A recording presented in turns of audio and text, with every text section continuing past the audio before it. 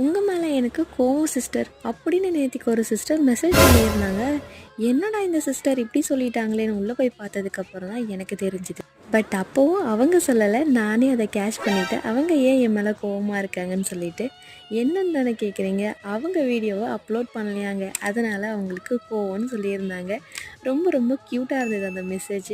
So அதுக்கப்புறம் நான் அவங்களுக்கு எக்ஸ்பிளைன் பண்ணிவிட்டு அவங்களும் அதை புரிஞ்சுக்கிட்டாங்க. நிறைய வீடியோஸ் இருக்குடா, ஸோ கொஞ்சம் கொஞ்சமாக அதை அப்லோட் பண்ணுவேன், சீக்கிரமாக அவங்க வீடியோவை அப்லோட் பண்ணிடலன்னு சொல்லியிருந்தேன்.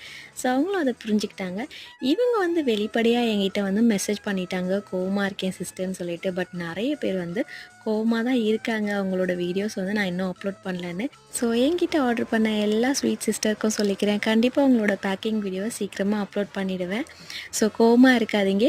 அப்படியே மேலே கோவமாக இருந்தீங்கன்னா அவங்க எல்லாருக்குமே பெரிய பெரிய சாரி. சீக்கிரமாக எல்லார் வீடியோவும் நான் அப்லோட் பண்ணிவிட்டேன். எப்பயும் போல் வீடியோ பிடிச்சிருந்தா லைக் பண்ணிக்கோங்க. நெக்ஸ்ட் வீடியோவில் மீட் பண்ணுறது வரைக்கும் பை.